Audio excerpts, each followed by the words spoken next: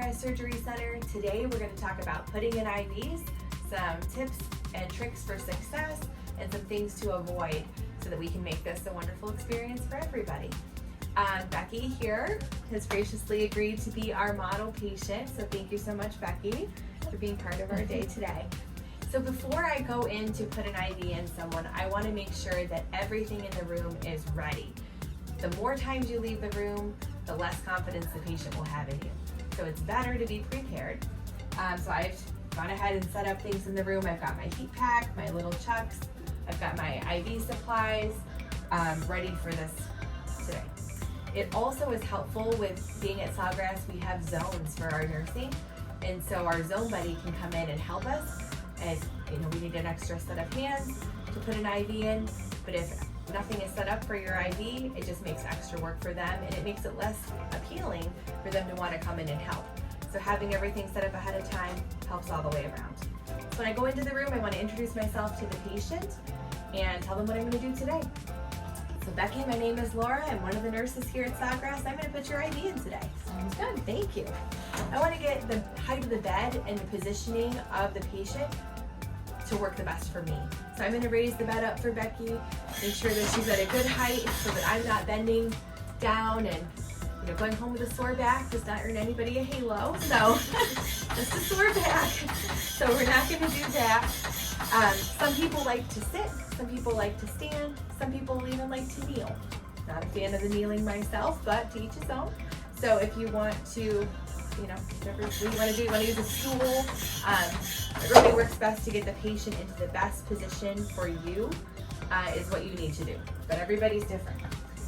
When picking out gloves, seems like a tiny thing, but you want to make sure the gloves fit well. You do not want gloves that have a lot of slack in them because it's going to make it hard to feel the veins. Sometimes you might see people take off the tip of the glove. Not a good practice to palpate the veins, and we're not going to do that today. So I'm going to come in, I've got my hands all nice and clean. It's really important that you wash your hands before you put your IV in. Okay, so I like to give everybody a heat pack when putting in their IV, even if they've got good veins. Bad veins get better, and good veins become great with the heat. So I'm going to look at both sides. Typically here we want to go for the left hand unless there's a reason why we can't.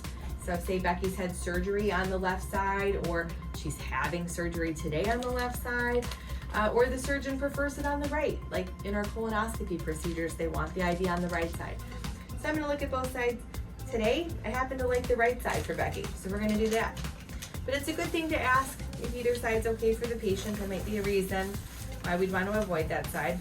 I'm going to wrap Becky up with a heat pack on top of the vein that I'm hoping to use with a little blue chuck.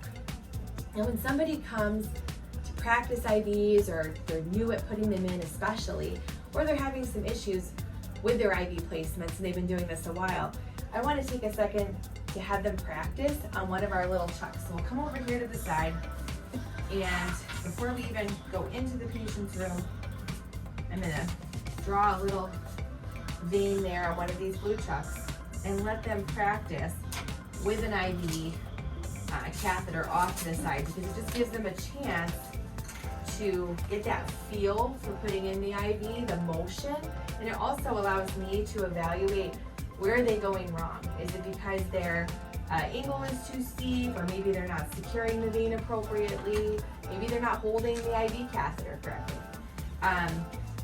For myself, I find it's helpful to secure the vein in 3 places. So kind of like a little tripod also makes a triangle. So we're gonna hold the vein at the top, and pull off to the side at the bottom with your thumb, and then my pinky finger is gonna be that anchor. So I've got 3 places, which makes it really secure.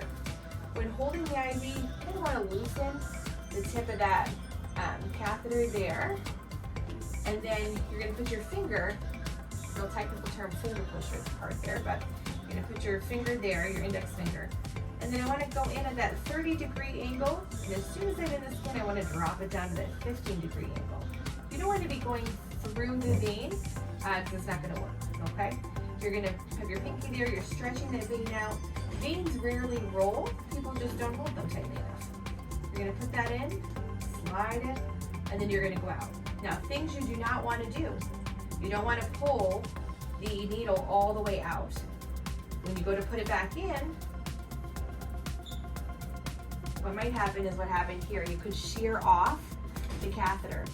When you go to remove an IV in Epic, it'll ask you, was the catheter tip intact? This is what it's looking for.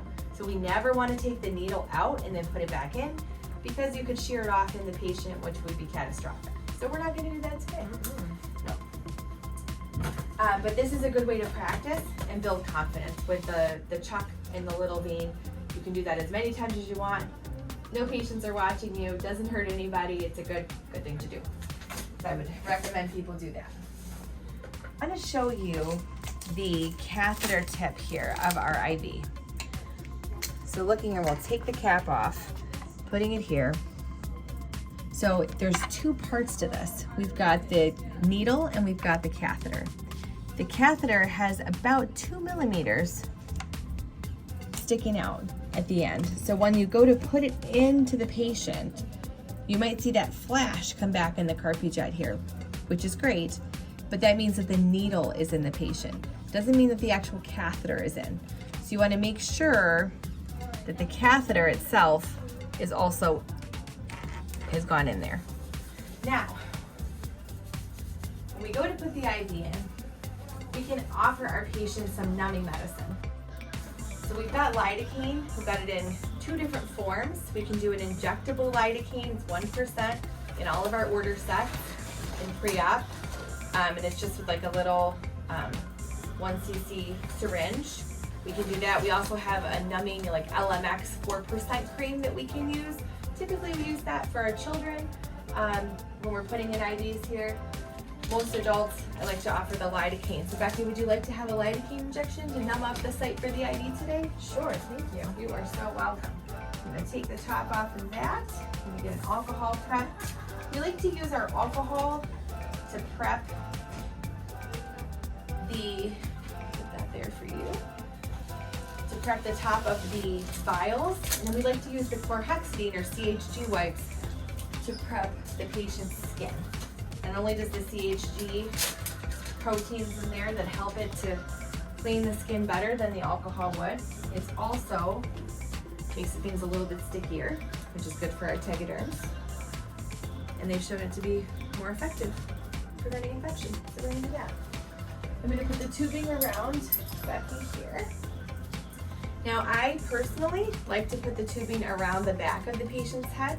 If you put it here, sometimes it can fall down and then the tubing would be on the ground, which is not going to be sanitary, so we're not going to do that. Put this around like this.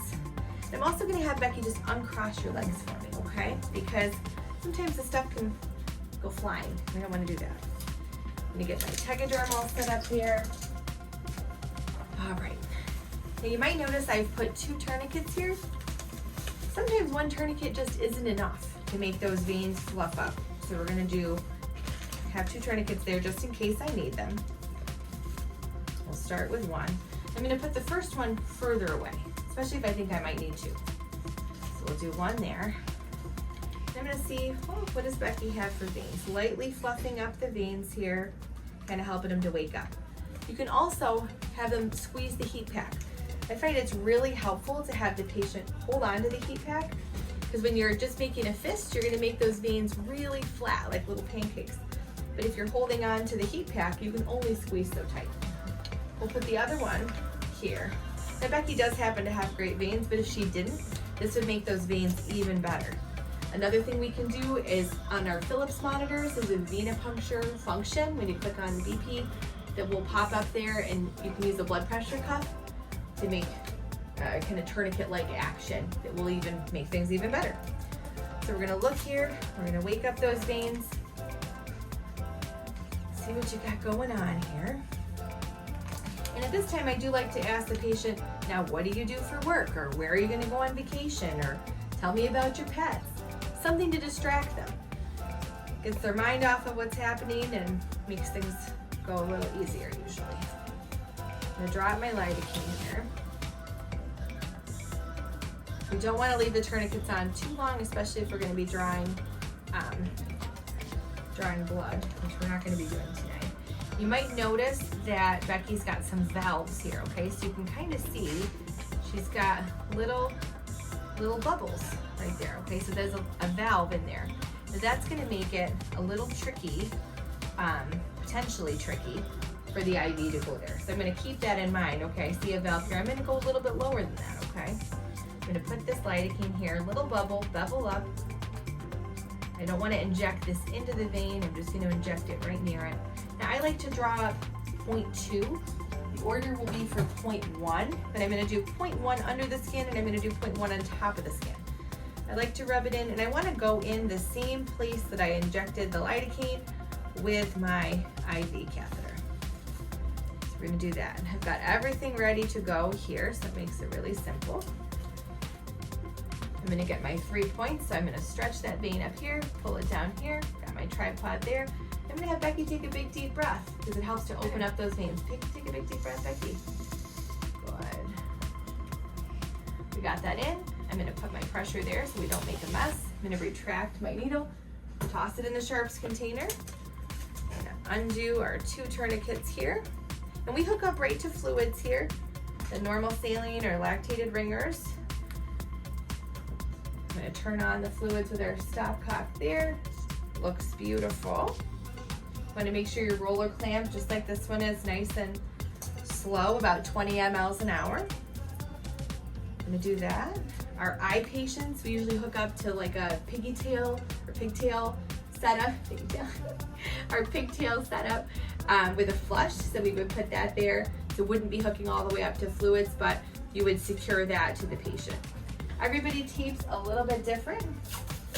As long as it's not going to go anywhere, you're good to go. It's a good practice to ask the patient if you have any adhesive tape allergies. Do not. Excellent. So I'm going to make a little V here, which kind of secures those wings. Even if you don't have wings, it works well.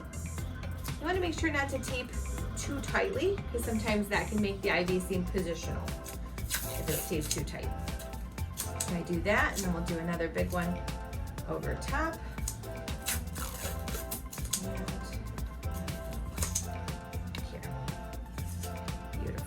And then this chucks, and let that go. We'll save this to scan, and we'll toss this here. This chucks acts like a nice little container just to tie everything up and toss it into the trash, so you've not left a mess on the patient or on the bed or on the floor.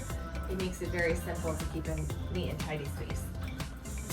Then I'll lower the bed back down. Becky, you did fantastic. Thank you. I didn't Great. even know that. I'm so glad. And Becky, you should know there's no needle in there, so you can move around and be flexible as you want to. Thank you. Okay, you're so welcome. My pleasure.